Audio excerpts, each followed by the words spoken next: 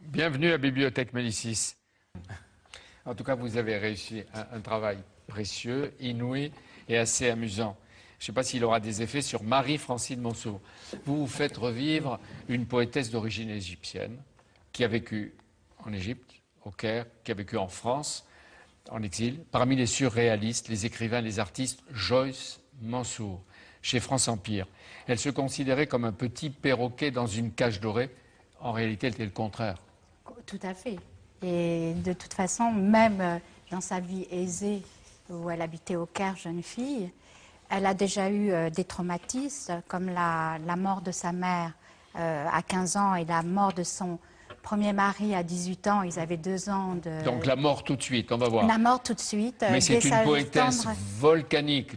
J'ai essayé de lire. Oui, elle avait besoin... On m'en avait beaucoup parlé, j'en ai entendu du bien de tous les côtés, mais je n'avais pas assez lu les textes, vous les montrez.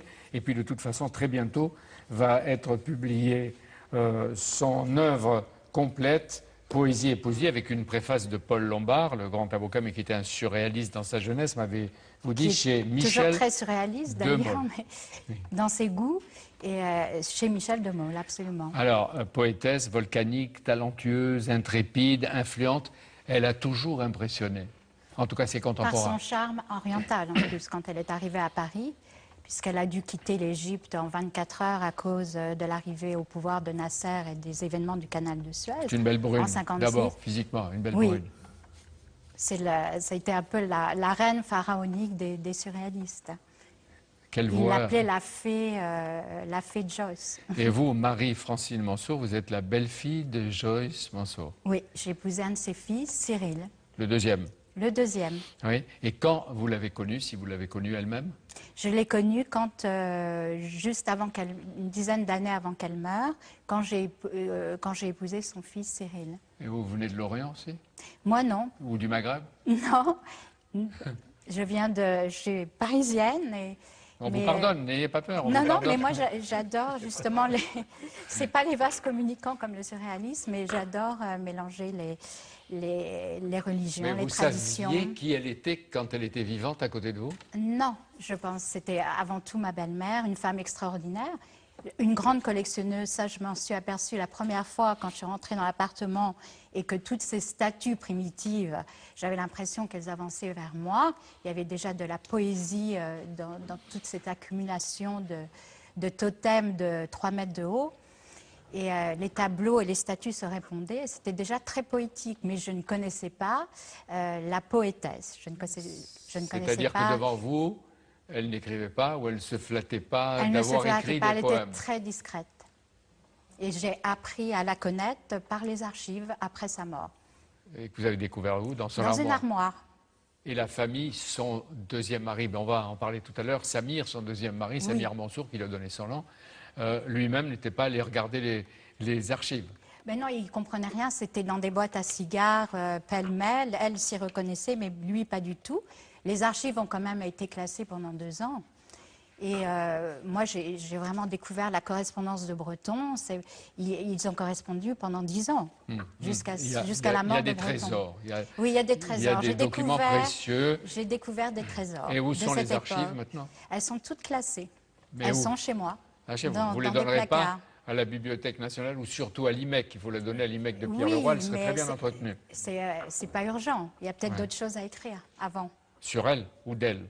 Sur elle, autour d'elle. Eh bien, on va parler tout à l'heure de Joyce Mansour. Didier Lecoing, vous connaissez? Vous avez entendu parler de Joyce Mansour? Oui, qui avait une culture démoniaque. C'est la sensualité de Joyce Mansour, c'est quelque chose qui me parle vraiment. Parce que c'est une sensualité qui n'est pas... je veux dire, elle est inventive. C'est une femme qui est surréaliste aussi dans sa façon de parler de l'amour, des baisers. Elle a une relation à la bouche, je ne sais pas si vous l'avez remarqué, qui est très extraordinaire. À la bouche? À la bouche. Pas au langage, à la bouche. Non, à la bouche en tant qu'objet de sensualité, etc. Et c'est quelqu'un qui m'a toujours fasciné, Joyce Mansour. Alors, vous la connaissiez, Alexandre Major? Oui, mais en fait, ce qui est étrange, c'est qu'en Orient, au Liban en particulier, on la connaît que dans certains milieux universitaires. Et donc c'est très bien que ce livre paraisse pour mieux la faire connaître. Et moi, ce que je trouve extraordinaire chez elle, c'est que sa modernité, c'est son courage, son audace de dire, sa liberté de ton. C'était très pour quelqu'un en plus le langage cru de ses poèmes, surtout pour quelqu'un venant de l'Orient, et c'est quelque chose de très important que de ressortir son œuvre complète et de mieux connaître sa vie, je pense. Vous voyez l'hommage qu'on rend comme ça à travers le livre. Oui, là je suis. Je dis pas à votre belle-mère, hein, je dis à la poétesse. Absolument. Une vie surréaliste, Joyce Mansour. Et en vous lisant, vous, Marie-Francine Mansour, on comprend mieux pourquoi elle a envoûté. Oui. Les critiques et les poètes de son temps, comme André Breton, André-Pierre de Mondiard, Michel Léris, Henri Michaud. Et je prévois, ou je prédis, comme on voudra, et d'habitude je suis très mesuré, mais là je le dis, que la prochaine exposition qui lui est consacrée au musée du Quai Branly, sera jusqu'au mois de février, depuis le mois de novembre maintenant, 18 novembre. Un grand et vrai succès. Avec Philippe Dagen comme commissaire, Alors, qui a fait la préface de mon livre aussi, il a eu la gentillesse. Pas de pub, il faut laisser vivre l'œuvre et le contenu de votre livre. Joyce Mansour, c'est un caractère. Vous allez le montrer, vous allez le montrer dans le livre. Il m'a semblé le mélange de la beauté et du mystère. Je veux dire que ce n'est pas parce que vous êtes la belle fille que vous le dites, mais tous ceux qui l'ont croisé, connu, etc., les poètes, les écrivains, les peintres, ont été subjugués par à la fois cette beauté, cette sensualité, ce goût de l'érotisme et sa discrétion. Et sa discrétion, et puis ce goût d'ailleurs, puisqu'elle venait de l'Orient. Et ça rajoutait à son mystère. La façon dont elle parlait, dont elle s'exprimait. C'est-à-dire, comment? Parce qu'elle était anglophone d'origine, elle a parlé français très tard, quand elle a connu son deuxième mari. Donc elle faisait quelques fautes, et ça ajoutait à son charme. Vous dites, ses fils et les adultes, d'un amour protecteur et possessif et qui lui rendent bien. Cyril, votre mari, déjeunera avec sa mère tous les midis jusqu'à sa mort. Son attachement pour elle était tel qu'une fois marié avec moi, avec vous, il lui a fallu 6 mois avant de quitter le giron maternel pour s'installer dans notre nouveau foyer.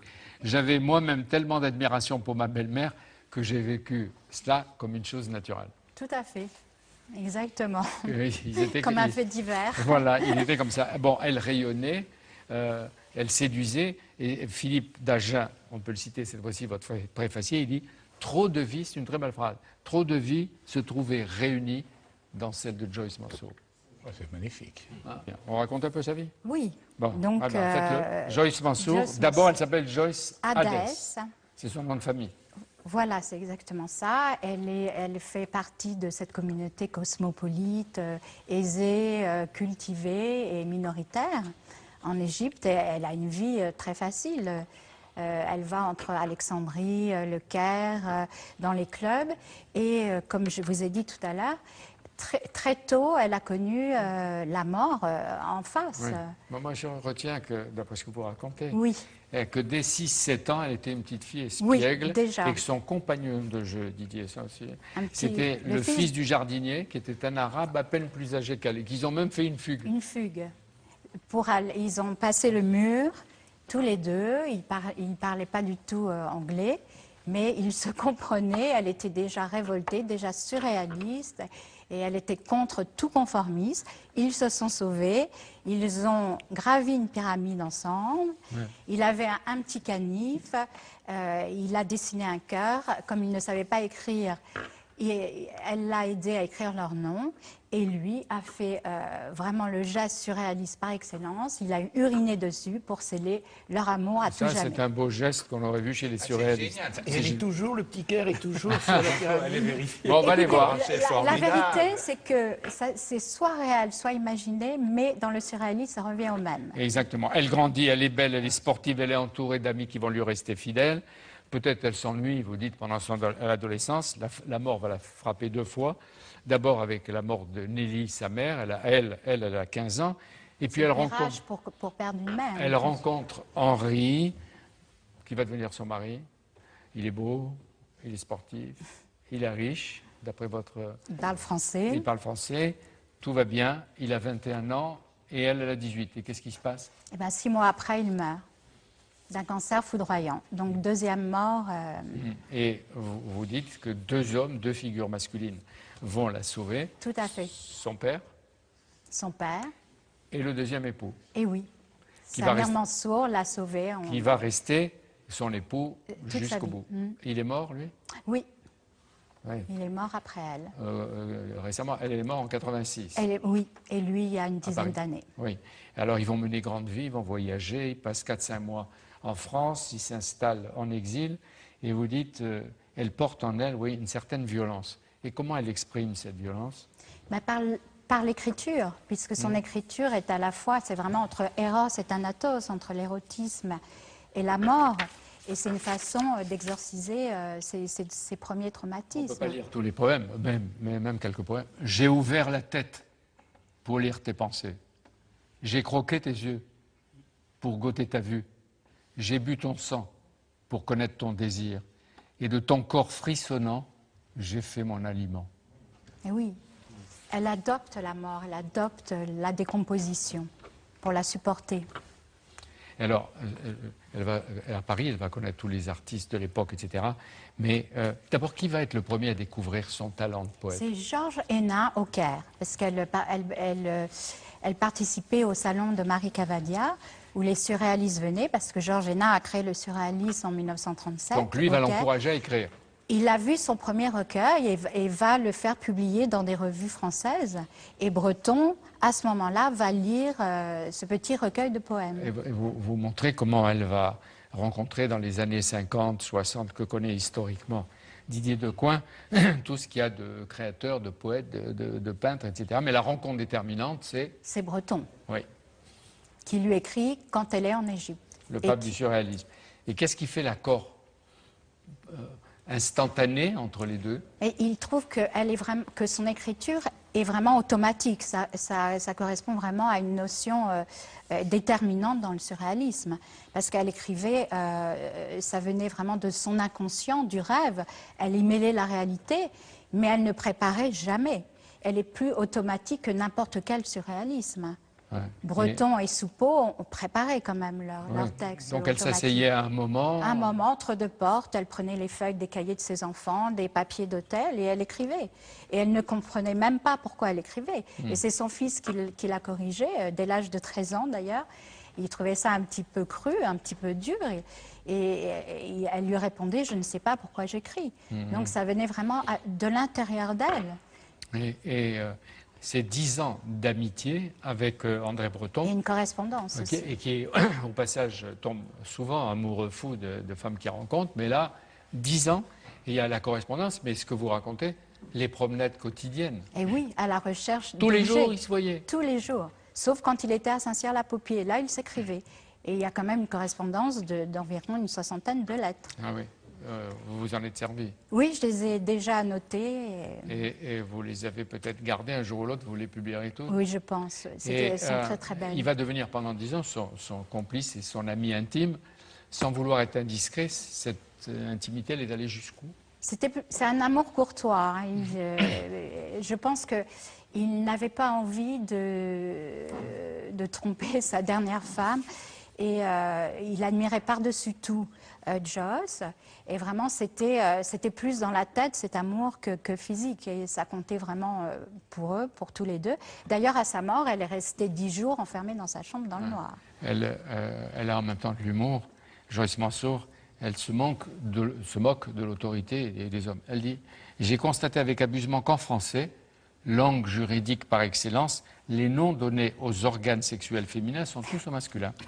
Le sein, le vagin. Mais en revanche, des femmes en argot, le contraire est vrai, les valseurs, la bite, etc. » Bon, Bien vu, ça me plaît bien, ça. Elle avait beaucoup d'humour, Ouais, même ouais. dans la vie. Hein. En même temps, ce qu'elle écrit autour d'elle, on sait qu'elle écrit des poèmes de cette violence intérieure. De cette violence intérieure, mais vous voyez, toujours avec cet humour noir qui plaît tant aux surréalistes, et ça permet au lecteur de rentrer. S'il rentre, il va être très touché par cet humour. Elle a des amis, Didier et vous, qui sont comme des miracles. Michel Léry, Sandé-Pierre de Mondain, Jean-Jacques Lebel, et surtout le grand poète taciturne dans la figure atteint aujourd'hui une renommée mondiale, Henri Michaud. Mais elle a 3 amies femmes. Oui. Vous les qui appelez sont des sœurs, ou elle les appelait des sœurs d'élection. Complètement. Alors qu'ils n'ont rien à voir avec, ils ne sont pas, ni des écrivains, ni des artistes. C'est Gabrielle van Zulen, Micheline van Kim-Copernic. Et, Qui était si proche d'Henri Michaud. Voilà, très proche d'Henri Michaud. Et ce qui est Lily drôle, Reims. c'est que vous dites qu'elles se retrouvent au moins 2 fois par semaine, Micheline Van Kim et elle, et Lily Reims, la femme de Maurice. Elles étaient toutes les 4 inséparables. Et alors, aujourd'hui encore, comme malgré sa discrétion, Micheline Van Kim, et quand elle est pressée de questions, elle parle de Joyce Mansour, je sais que l'admiration et l'émotion la submergent, et elle a fait, ou elle sait la faire partager.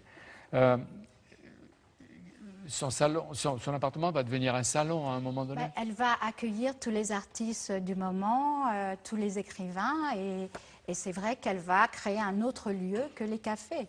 Et ils auront beaucoup de plaisir à se rendre chez elle avec toute cette collection d'art primitif. C'était très poétique et ça la stimulait à la fois dans son œuvre, mais ça stimulait aussi les artistes et les écrivains qui venaient. Ouais, elle croit Et pas. il y a eu un vernissage, un pré-vernissage très important dans cet appartement. Le pré-vernissage de l'exposition Eros, le Testament de Sade. Oui, elle ne cultive par pas. Jean Benoît. Elle ne cultive pas une espérance après la vie, elle ne croit pas à l'au-delà. Son œuvre, vous dites, vous avez cité tout à l'heure la présence de la mort, c'est un corps à corps avec la mort. Voilà, elle veut l'adopter. Oui, l'adopter, la dompter. Oui, la dompter. Sur lequel il faut insister aussi, c'est le côté érotisme et provocateur. Il faut Et aussi lui, insister. Alexandre a raison. Mais c'est très frappant aussi pour une femme orientale d'origine, Absolument. qu'elle puisse, avec des mots parfois très crus. Je me souviens, elle dit par exemple, les vices des hommes sont mon domaine. Quelle femme, quelle poétesse orientale oserait dire cela? C'est vrai qu'il faut aussi montrer cet aspect qui était courageux. Oui, l'érotisme, la crudité des mots et des images qu'on lit dans la poésie. Et le 26 août 1946, c'est justement une de ses amies, Micheline Van Kim, qui va annoncer aux autres amis le décès à 58 ans de la poétesse. Et elle a trouvé une phrase pour dire notre énigme à tous, la mort, nul ne connaît le visage de sa propre mort. Hein, ça, même Yankelevitch n'a pas trouvé alors qu'il a fait un livre magnifique sur la mort. Et c'est justement grâce à son œuvre que Joyce Mansour reste vivante. Oui. Vous le montrez à travers les poèmes, à travers ce qu'on va voir des œuvres complètes publiées bientôt par Michel de Maulle, l'éditeur. Et puis, il y a l'exposition du Quai Branly qui va lui consacrer du temps jusqu'en février. Et ainsi, vous avez contribué à perpétuer la flamme noire, comme vous avez dit. Hein?